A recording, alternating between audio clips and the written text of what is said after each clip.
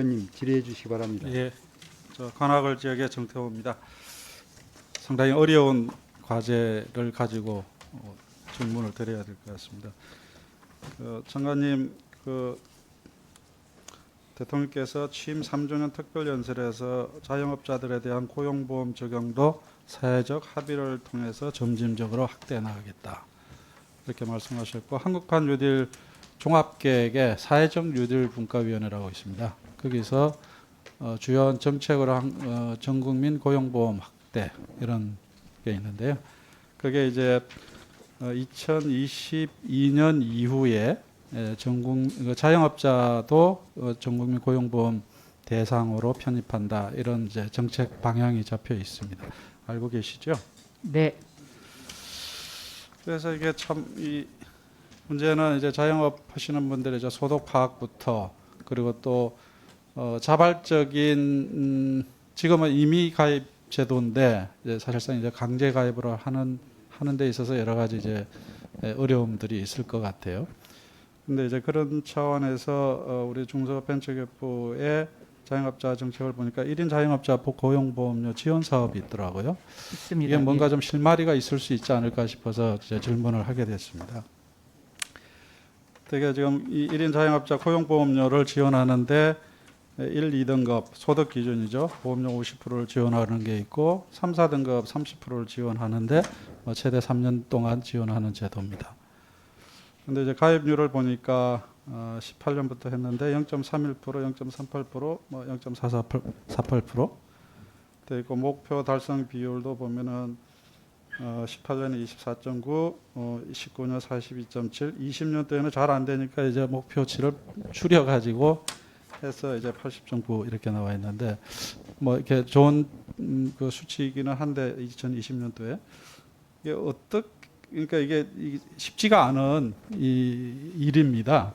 근데 이제 원인은 우리가 좀 잘 파악을 하고 있어야 될 것 같아요. 혹시 이제 장관님이 그 부분에 원인이 이렇게 목표율이 가입률이 떨어지는 이유를 어떻게 보시는지. 지금 이게 첫째 그 홍보가 제대로 안 돼 있고요. 네. 두 번째는 지자체하고 저희하고 양쪽에서 합니다. 그러니까 소진공하고 지자체에서 양쪽에서 이거를 하는, 그래서 좀 일원화할 필요가 있다, 네. 이렇게 보고 있습니다. 네. 그럼 이게 시스템의 변화로 이게 가입률이 확 올라갈 수 있다고 보는 건가요? 조금 그리고 이게 이제 그 예를 들어서 소득에 따라서요, 지원 금액도 약간 복잡하고요. 현재는 그렇습니다. 현재는 그렇고 자영업 하시는 분들이 이거를 가입해서 실질적으로 그 동안에는 나한테 이것이 어떤 혜택이 돌아온다는 그런 이제 그것을 알아야 가입을 하시는데, 과거에는 올해처럼 이렇게 이제 갑자기 코로나라든가 이런 그 자영업자한테 피해가 있는 일들이 그렇게 많지 않았었기가, 올해와 비교했을 때 심하지 않았었기 때문에 여기에 대해서 그렇게 신경을 좀 덜 쓰신 부분도 있고, 또 저희가 이것을 시작한 지 지금 3년 정도밖에 안 되지 않았습니까? 그래서 좀 이것은 고용부하고 의논을 해서, 왜냐하면 저희 중소벤처기업부가 이게 주무부서는 아닙니다. 그래서 고용부하고 의논을 해서 해야 되는 것이고, 더 중요한 거는 자영업자들의 소득 파악과 매출액 파악을 하는 것이 제일 중요합니다. 그래서 이 부분이 이제 확실히 소득이 파악이 되고 매출액이 파악이 돼야 과연 정부에서 어디까지 보조를 해줄 것이냐, 이제 이 부분을 정할 수가 있는데, 현재로서는 이 소득 파악 부분과 매출액 파악 부분이 그렇게 아주 원활하게 되고 있지는 않습니다. 네.